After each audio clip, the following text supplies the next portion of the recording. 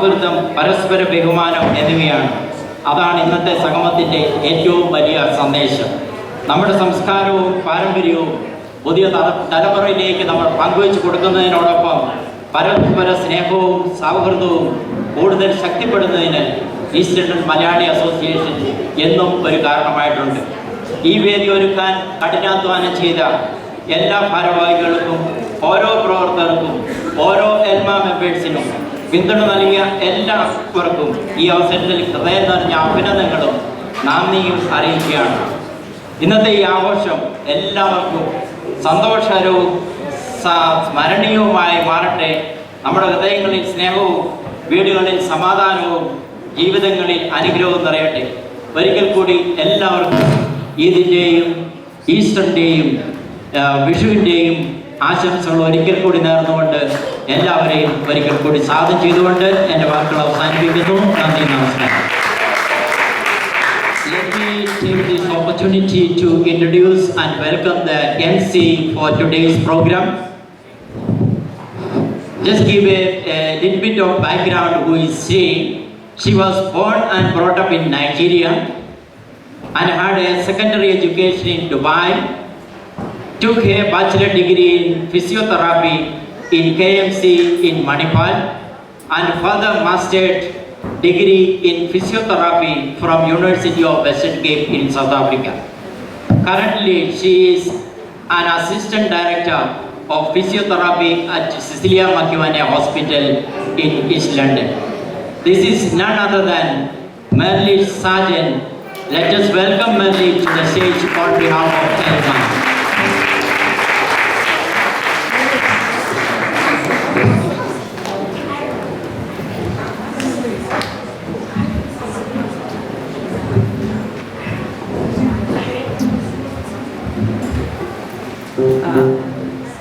Thank you so much, Mr. Wakachan Joseph, for that introduction.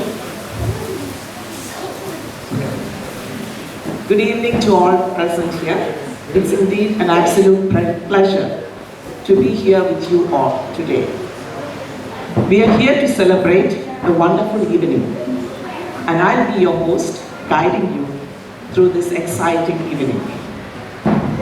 ഇന്ന് നാം ഇവിടെ ഒന്നിച്ചു കൂടിയിരിക്കുന്നത് 3 മനോഹരമായ സെലിബ്രേഷൻസ്, അതായത് ഈദ്, വിഷു, ഈസ്റ്റർ ഒരുമിച്ച് ആഘോഷിക്കുവാനാണ്.